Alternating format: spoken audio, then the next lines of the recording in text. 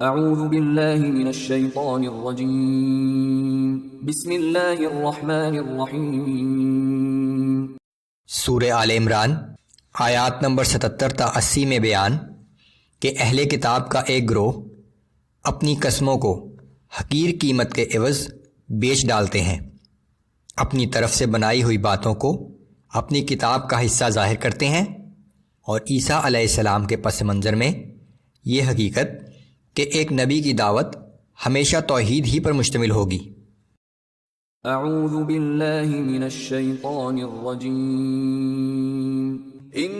الذین یشترون بعہد اللہ وایمانہم ثمنا قلیلا اولئک لا خلاق لهم فی الآخرة ولا یکلمهم اللہ ولا ينظر الیہم یوم القیامة ولا یزکیہم ولہم عذاب علیم۔ بے شک جو لوگ اللہ کے عہد اور اپنی قسموں کو تھوڑی سی قیمت پر فروخت کر دیتے ہیں تو ایسے لوگوں کا آخرت میں کوئی حصہ نہیں، اور اللہ قیامت کے دن نہ ان سے کلام فرمائے گا اور نہ ہی ان کی طرف دیکھے گا، اور نہ ہی انہیں گناہوں سے پاک کرے گا، بلکہ ان کے لیے تو دردناک عذاب ہوگا۔ وَإِنَّ مِنْهُمْ لَفَرِيقًا يَلْوُونَ أَلْسِنَتَهُمْ بِالْكِتَابِ لِتَحْسَبُوهُ مِنَ الْكِتَابِ وَمَا هُوَ مِنَ الْكِتَابِ وَيَقُولُونَ هُوَ مِنْ عِنْدِ اللَّهِ وَمَا هُوَ مِنْ عِنْدِ اللَّهِ وَيَقُولُونَ عَلَى اللَّهِ الْكَذِبَ وَهُمْ يَعْلَمُونَ۔ اور بے شک ان اہل کتاب میں سے بعض لوگ ایسے بھی ہیں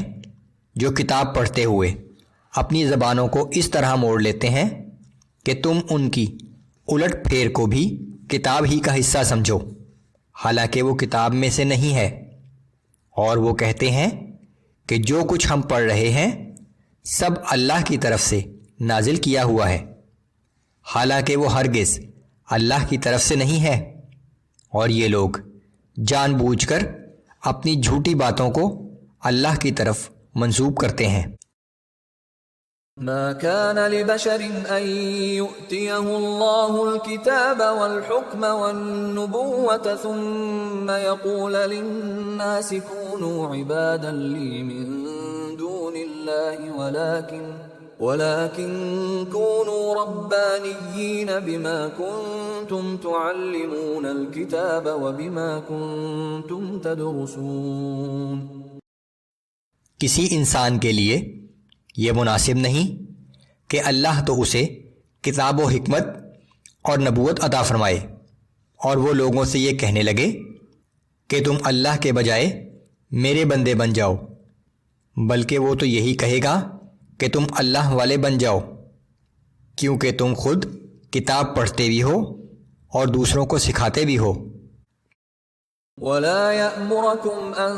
تَتَّخِذُوا الْمَلَائِكَةَ وَالنَّبِيِّينَ أَرْبَابًا